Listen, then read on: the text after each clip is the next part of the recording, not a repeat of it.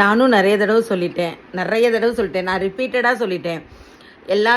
எல்லாருக்குமான சிஎம் தான் அவர். அவருக்கு ஹேட்டர்ஸே கிடையாது. அவருக்கு எல்லாமே லவ்வர்ஸ் தான், ஹேட்டர்ஸே இல்லை. யாராவது 1-2 ஹேட்டர்ஸ் இருந்தாலும் ஹேட்டர்ஸும் அவரை விரும்புகிறாங்க. எல்லாரும் அவரை விரும்புகிறாங்க. இன்னும் கொஞ்ச நாள் போக போக அவங்களும் விரும்பிடுவாங்க. எந்த ஹேட்டர்ஸும் இல்லை, எல்லாரும் அவரை விரும்புகிறாங்க. அவர் தான் சிஎம். அவர் எல்லாருக்குமான சிஎம், மாண்புமிகு சிஎம். நான் நிறைய தடவை சொல்லிட்டே இருக்கேன். ஏற்றுக்க முடியாதவங்க அமைதியாக இருங்க. ஏற்றுக்க முடியாதவங்க அமைதியாக மூலையில் போய் உட்காருங்க. உங்களால் ஏற்றுக்க முடியல, உட்காருங்க. காதில் புகை தள்ளுதா, ஏதாவது செஞ்சுக்கணுமா செஞ்சுக்கோங்க.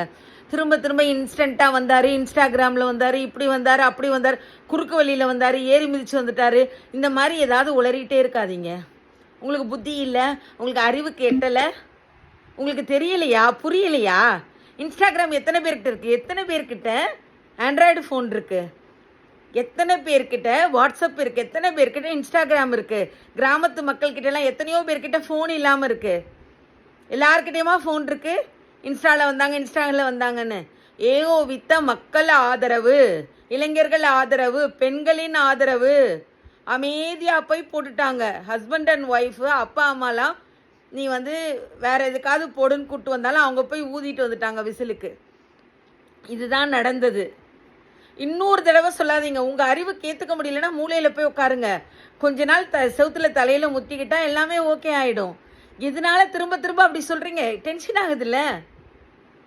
டென்ஷன் ஆகுதா இல்லையா? பயங்கரமாக டென்ஷன் ஆகுது.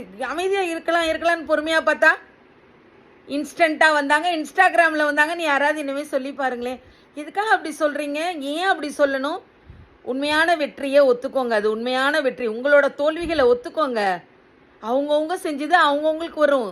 யாருடைய உழைப்பையும் யாராலையும் திருட முடியாது. அவங்கவுங்களோட உழைப்பு அவங்கவுங்களுக்கு, அவங்க கஷ்டம் அவங்கவுங்களுக்கு. மக்கள் நினைச்சாங்க, மக்கள் சாதிச்சாங்க. இது உண்மையான மக்களோட வெற்றி, 100% மக்களோட வெற்றி.